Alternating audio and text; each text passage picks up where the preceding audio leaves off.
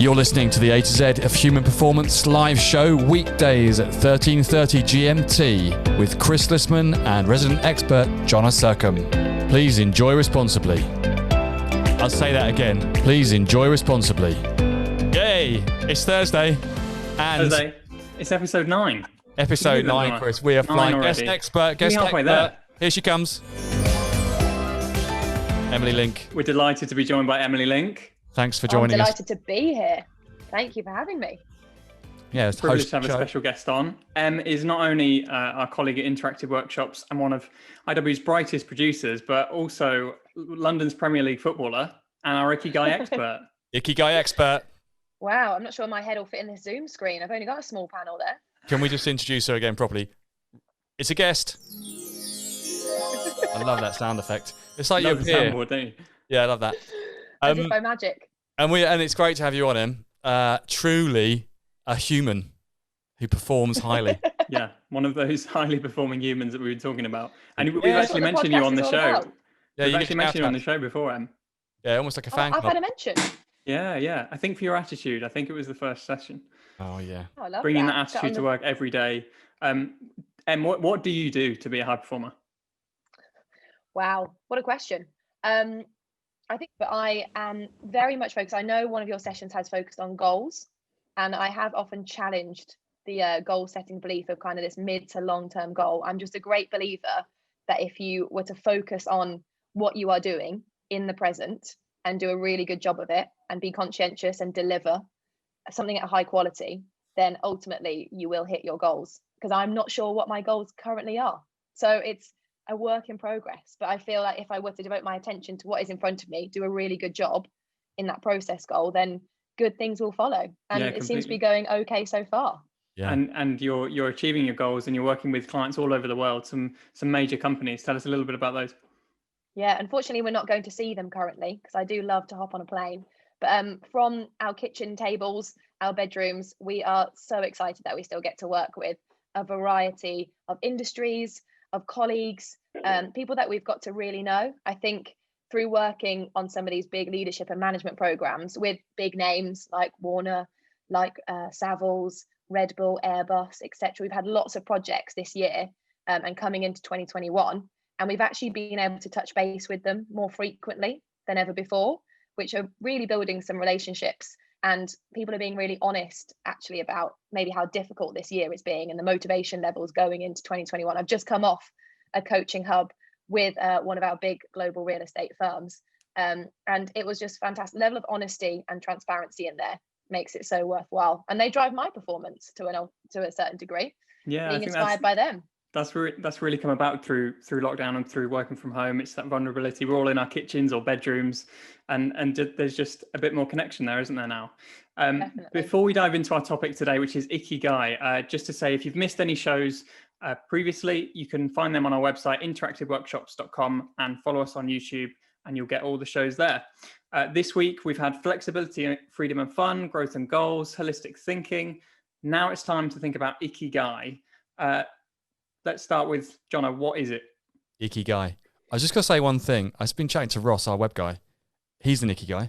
But he said that we've got 40 times more traffic to our website from doing this live show, which, given that it's only a not very good web show that's hopefully going to get better, I think we're doing all right. It's not bad. I love the term Ikigai. Actually, Em introduced me to this a few years ago. I know she doesn't look that old, but she's very wise. And it's more than a few years old. We were putting together a workshop and we were looking for some fresh concepts, and there's the excellent concept of Ikigai, which from my Japanese, I mean, it's not perfect, but it's a combination of two compound words, isn't it? Iki, does it means life or alive, doesn't it, Em? Mm-hmm. And then Gai is kind of the effect or the result. So you could say, what's your life result? That's what Ikigai is all about, thinking through what your life result is. And the research comes from Okinawa, which is got the greatest number of centurions. I thought that was Roman soldiers, but apparently that's people over 100. The greatest proportion of centurions of anywhere in the world.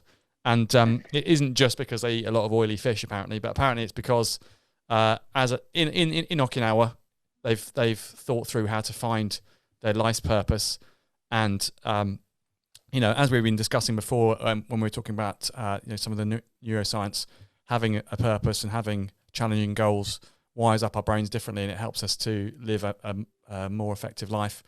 So what they found there is that's one of the things that they felt correlated with Okinawa, so Ikigai. And if you're into it, there's obviously all the stuff on the internet. You can go and look it up. But we're going to explore a little bit here, and we talk about it a little bit in the book. Sure. So we're thinking about purpose. And you've run workshops where you've taken participants through the Ikigai questions and process. Why would we use it, and what are those questions? I think it just goes a little bit deeper. It's very reflective. It's quite introspective.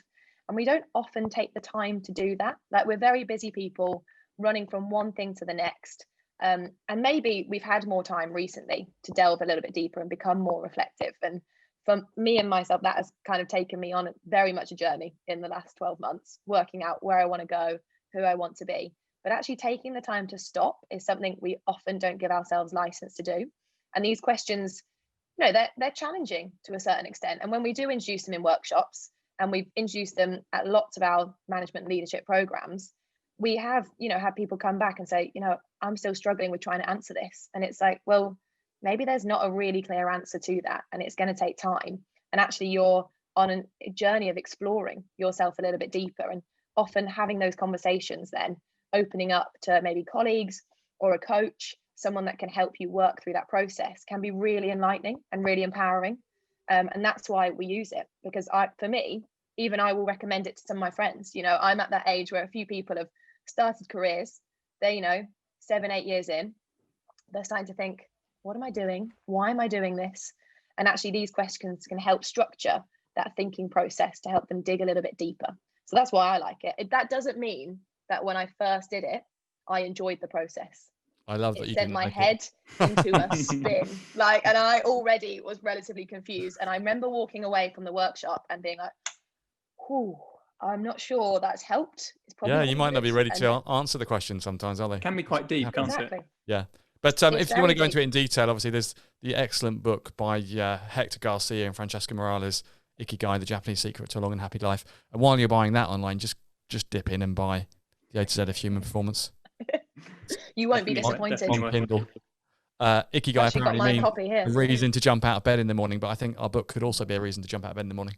No, absolutely. Cool. And so we're thinking through what we love doing, what we can be paid to do, and a couple of other things thrown into the mix there as well. Are we just talking about job satisfaction? Is it just about I should love what I'm doing, be paid for it? No, this is much bigger than that. This is trying to think overall about your life result. And I mean, I sometimes think about my life result. Where do I want to be just before the end? I'd love to be a relatively healthy 80-year-old, maybe cycling around on a bike. To do that, I need to have an active 70s. To do that, I need to have a dynamic 60s. To do that, I need to be engaged in my 50s. And to do that, I need to really push on in the muscle phases of my careers, my 30s and 40s. And to do that, I need to set myself a good foundation in my 20s. So, the kind of the big picture thinking is that let's have a fulfilling life and a great life result. Result, not thinking about, necessarily an outcome, but to feel satisfied with the life you're living requires these things. I think it's worth just touching on those. The four components are designed in a Venn diagram. What you love, combined with what the world needs. So if you combine what you love with what the world needs, you've got kind of a mission. What you can be paid for, and if you combine, what you can be paid for with what the world needs, you get vocation. What you're good at, obviously, important. And if you combine what you're good at with what you get paid for, you can get your profession. And then if you combine what you're good at with what you love, you have something that you're passionate about. And also to think about one of those missing. So, if what you're good at is missing, then, and you've got all the other three, you might have satisfaction, but some feelings of uselessness. If what you can get paid for is missing, you might, have excitement and complacency, but a sense of uncertainty because you're not sure you can get paid. So when one of these is missing, then you can feel moderately fulfilled, but you might have some other feelings that go along with that. And when you've found your Ikigai, then all of them come together and you should feel purposeful. That's crucial, isn't it then? Yeah. I just thought I'd have a bit quick pop quiz. I'm going to ask you both, take it in turns. What are you good at? Emily Link, what are you good at? I am good at connecting with people, Chris Lissaman. Building relation. Oh, No, Chris Lissaman. I'm good at design and communication. Emily Link. I'm good at copywriting. Chris Lissaman. I want to say football, but that really should be Em. Emily Link. Football. What else? Cooking. Cooking. What does the world need that you've got, Chris Lissaman? My mind and creativity. Creativity. Emily Link. Delivery skills. Facilitation. Okay, Chris Lissaman. Facilitation. Kindness and charitableness. Oh yeah, good. Okay, what you can get paid for? What can you get paid for, Emily Link? Teaching and facilitating, actually. Okay, so Chris Lissaman. What can you get paid for? Could be designing. Could be facilitating. Could be being a radio host. Yeah, you could get paid. Yeah. Emily Link, what can you get paid for? Other things that you could do that you could get paid for? Being a footballer now. Okay, currently. Chris, you do get paid for that, though, don't you? That's professional. Well, but as in that when I was first growing up, yeah, that wasn't an option, but now people can. Chris Lissaman? As a female. What else could you get paid for? Graphic design, Chris. Come on. I mean, I've said design. I've covered that. I covered too many in my first answer. Okay. I'm running out. Showing it's not marketing your main job. Yeah. Get paid for that. And then so that's this kind of think about. There's lots of different things, can't we? And if we can bring some of those together, then it's fulfilling. Yeah. But I also think there's a whole world out there, and we talked about this before. It's a bit of a snake oil sales pitch that you should be able to make a great living from what you love. I don't think that's necessarily true. Especially let's say, for example, you're not very good at what you love. Or let's say that there's... Would that be like me and singing? Yeah. Like love music. Exactly. But what if there's not really a marketplace? What if the labour marketplace for the things that you're good at that you would like to get paid for? What if the marketplace is packed with other people who'd also like to do that, and therefore the wages in that sector are low? So there's a weird thing going on in our world where there's kind of this sort of self-entitlement in a sense of that we should be able to do whatever we want and get paid for it and make money for it and be good at it. And, we should love what we do. But as we've spoken before, these are not guaranteed at all. These are absolute privileges. Yeah. And I found that as well. I met my wife at uni, and I was studying design, and she was studying music. And you think those are quite similar things, both very creative, both as good as each other at what we do. And then coming out of uni, for me, I could walk into a design studio as a junior designer. You can't walk into a music studio as a junior musician. It just doesn't work like that. So even in that creative field, I used to clean toilets for a job, Chris. Yeah. That's what I had to do. Were you good at it, Jonna? Were you a junior toilet cleaner? You walk into a toilet cleaning studio. You're right. You could see your face in them.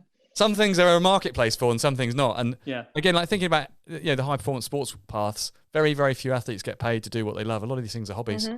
I'm really interested in your view on that, because you were saying, as with regards to football, when you started out as a woman, it was really impossible probably for you to get to a paid role. And I think that's where this concept, whilst it is incredibly valuable, it is really interesting. It's had like quite a lot of kind of historic experience of working for this Japanese island in Okinawa. However, when we bring it into the modern world, when we bring in market forces and marketplaces and industries and opportunities, then is there some challenge to this concept? Because ultimately, I also think it aligns to this, I'm going to be completely satisfied. I'm going to post this on my Instagram. I've got the perfect version of my life where I'm getting paid for what I love doing. The world needs me. I've really found this Ikigai.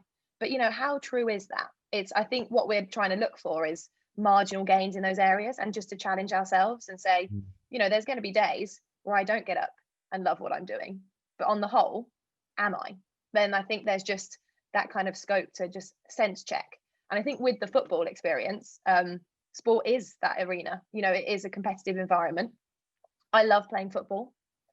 When I was younger, I couldn't currently get paid for it. It was very difficult to make it as a women's footballer. Now the opportunities are different. The infrastructure still isn't there wholeheartedly. Does the world need it? It's another question just in sport in general. I think sports are great, brings people together, unifies communities. We're missing it currently. But is it as important as creating a vaccine? Is it as important as food? It's not as important as food. No. So there are some things, it's a concept to consider. However, we have to adapt it to the context that we are in and the environment. And that we're in. Not maybe put too that's much pressure on ourselves. Maybe that's a bit East meets West, philosophically speaking, as well. In the Western world, we've probably got this concept that you can or that you're at least told you should achieve your dreams. But maybe the Ikigai people understand that you also need to have, a relative income or other things. In fact, if you're missing out, if you've got what you're good at, what the world needs, and what you love, but you haven't got what you can get paid for, then it says you'll have delight and fullness, but not wealth. And so that's something we could expect. That can be a trade-off, can't it? Yeah. Yeah, and you can look at other areas of your life for those things. Yeah, you don't have to have it all in one space. Yeah, it doesn't have to completely cross over. John, I want to pick up on something else you mentioned in the book, which was that you, for a phase of your life, you had the nickname the Dream Killer. Now, you're an encouraging guy and you're a trained coach. How did you end up with the nickname like the Dream Killer? It was tough times, Chris. Not just for me, but for my friends. The Dream Killer. Yeah, I mean, all their dreams. You look at me now, a middle-aged man with 2 kids and a house and that. I took a big risk when I left my very, very well-paid and corporate job with a great 40-year career ahead of me to go and do some stuff freelance. And again, probably following a bit of the Ikigai, I decided to go and try and follow my passions. But because of that, I had a lot of spare time. And so I used to hang out with a lot of other people in my 20s that had a lot of spare time. Surprisingly, they were actors and musicians who were also following their passions but had a lot of spare time. And, in those coffee shops, they would say to me what they were trying to achieve. And it's really interesting, different people go about it in different ways. So, for example, music, some people would put together a band and try and get that band to become like a little brand and therefore get it to be famous. Some people were really interested in trying to be really good with their music at the instruments. And there's one other person I was friends with who's really clever on the corporate angle. So they set the whole thing up as a business where music was the product, and they got investors. So rather than trying to find like A&R people to love their music, they found corporate people who had a bit of spare money and wanted to have basically a fun project, something creative, and would love to own a record label. So there's all these kind of different people, and I had a lot of friends who are in the arts as well. But I think, as they would progress with that, as their life stage changed, they realised that, as we discussed yesterday, holistically, you want different things. And I remember one of my friends was in an incredible hip-hop band, toured certainly the UK, sometimes the world, amazing break dancer. And the 4 of those guys had kind of set out their pathway early on in their lives and said, no, we're going to do this band and none of us are going to quit. And as they got to the stage where they started having children, they realised like an income was important to them and having other things as well. So they reached a really high level of performance in their band, but it wasn't actually providing what they needed to have families and go on into the next phase of life.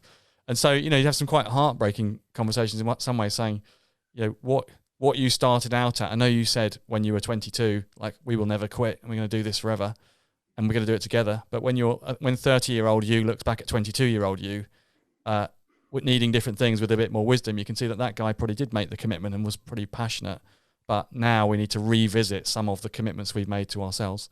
And I do think it's a healthy process to think about what we've put on a pedestal. In some ways, it can become an idol to us. And things that we put on a pedestal that we have to achieve, if we idolize those things and elevate them above what they really are and get them out of context, they can be really destructive as well as really positive. So the highest performers kind of try and look at those things in context. And again, you'll hear athletes say things like, I'm here to try and get the best performance out of myself. It's not about necessarily winning the league, but if I can put everything in, then maybe I can realize my potential. But yeah, I think, to have a good friend who can help you reappraise what you've been prioritizing can be helpful. And that then, the other side of dream killing is then you can get on the life accelerator. Like, once you've faced where you are, once you've thought about what you are good at, what you do love, what the world does actually need, maybe there's enough hip hop bands, but maybe there's enough musicians.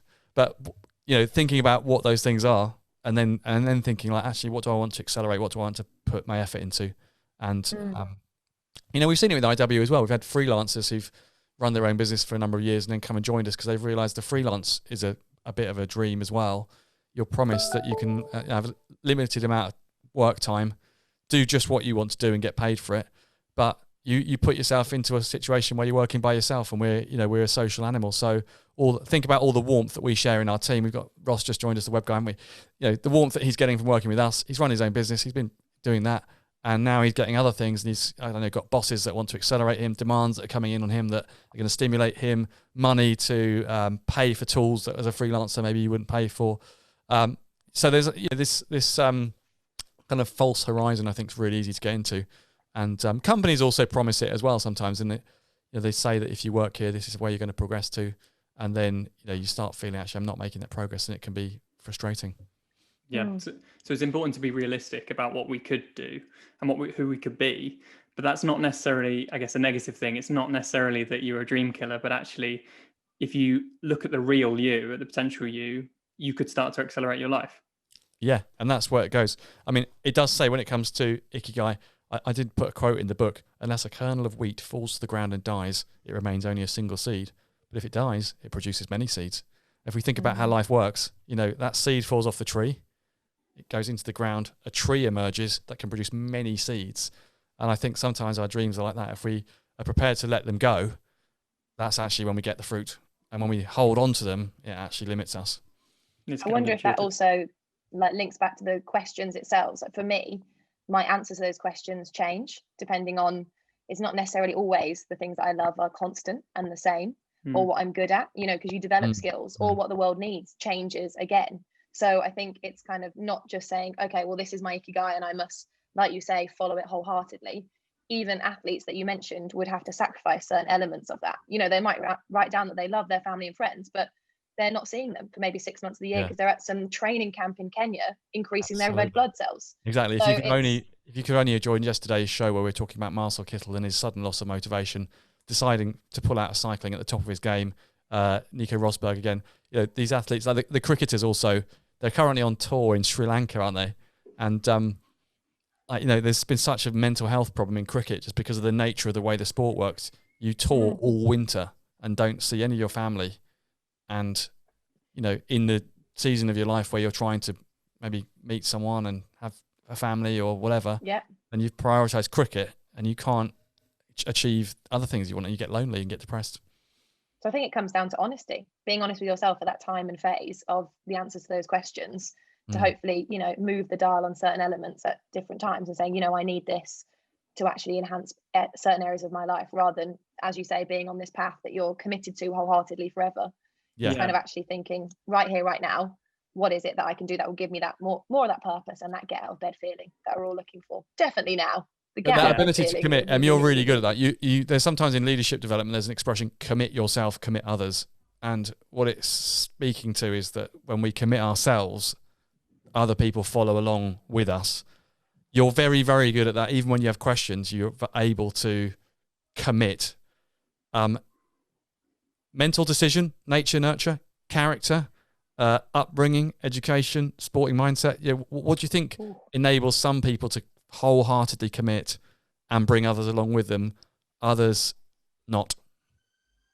Interesting question. I'm not sure. I'd be interested to know your thoughts on why I do. I probably would say it is down to just knowing from experience that the more I do commit to something, the more I will get out of it. And I know that sounds really cliched, but if I were to devote myself fully to a task, then I'm highly likely to motivate others and motivate myself to produce something that is outstanding, in my view. And even if I don't, I know I've tried my best. And that's what I kind of live by, is that feeling that I've put my full self into something and that I'm valued by it. And I probably, to a certain degree, I come from a pretty great family.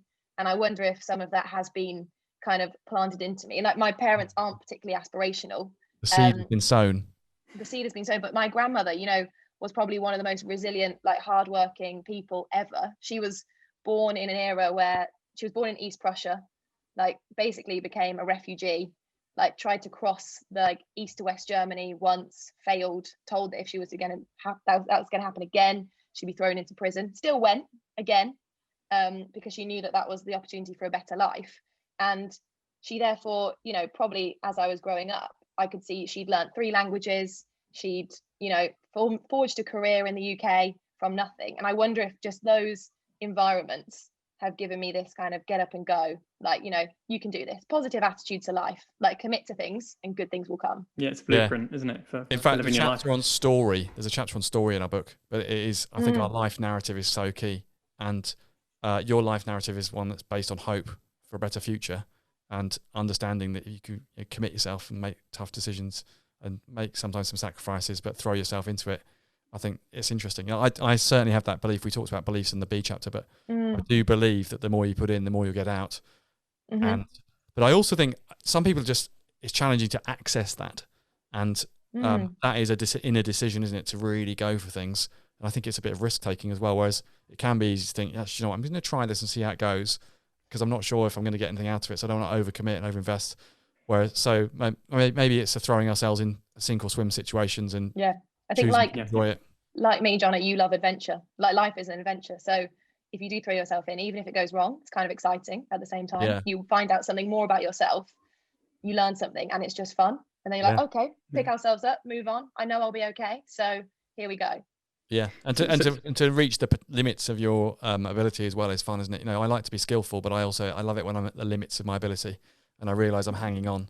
And you know, that's whether that's facilitation or a sport or whatever. Like last year gave us that in the company. It's like, wow, like it's easy being a CEO when the economy is great and loads of people are booking business, but now I've got to be a CEO and it's tricky, and I'm at the limit of my ability here. Rather than running an autopilot, hang on, I've got to go and think about this because these are really difficult decisions now.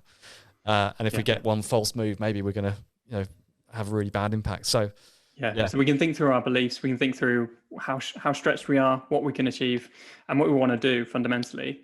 Jonna, talk us through some other habituators. What else can we do in this area to improve our sense of purpose? Well, I think I really like the work we did with Airbus last year, where we were talking a lot about experiments. And I'd say, are there things that you can try that will fulfill your life more in the next month? I like this idea of trying things and treating them as experiments, and seeing what comes back. It's one of the kind of fundamental principles of NLP, which I trained in, which is, test, operate, test, exit, tote. But, do something, test, work out what you're going to test, operate, do it for a bit, then test again, see what's happened. And then, exit. So you've got this loop taking place, and the exit is where you kind of move out when you've got things working. I think that's really good. I mean, we were talking about goals, New Year's resolutions. Obviously, people with New Year's resolutions don't treat them as an experiment, and then therefore they overcommit and say, I'm going to run every day of the year a 5K, or not drink for the whole year. And it's like, no, let's run this as an experiment. Let's run it as a sprint, and then let's evaluate what's happened. So that habituator is important. But the other thing is, people stop short of full competence. So we're very prone to dipping into, I was running a session late last night on questioning skills. How long do you think it takes to get good at questioning skills, guys? A lifetime. Oh, come on. But have you, 5 minutes? But, these books on the 10,000 hours, they talk about structured practice versus just playing. So I think a lot of people might just be playing with questioning and not really doing structured practice, not receiving feedback, not setting up their next challenging practice, not learning the next type of question that they're going to work on. So, I think that there's an example, where you need to get good at the skills that are required. And maybe that's, again, part of the kind of portfolio career, is we flit around doing loads of different things, but never really, really master something. Like copywriting, for example, is a skill. Someone actually messaged me recently saying, I've just seen something that must be your copywriting. I was like, how do you know? It's like, I can hear your voice.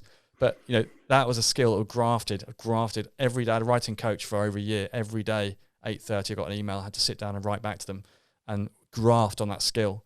And it can look from the outside like it comes easily or it's natural, but actually, no, there was at least a year's worth of graft, and all day, every day in that job I was writing as well. So perhaps we can experiment with some things that we're thinking might be our purpose. We can try those out, see how they go.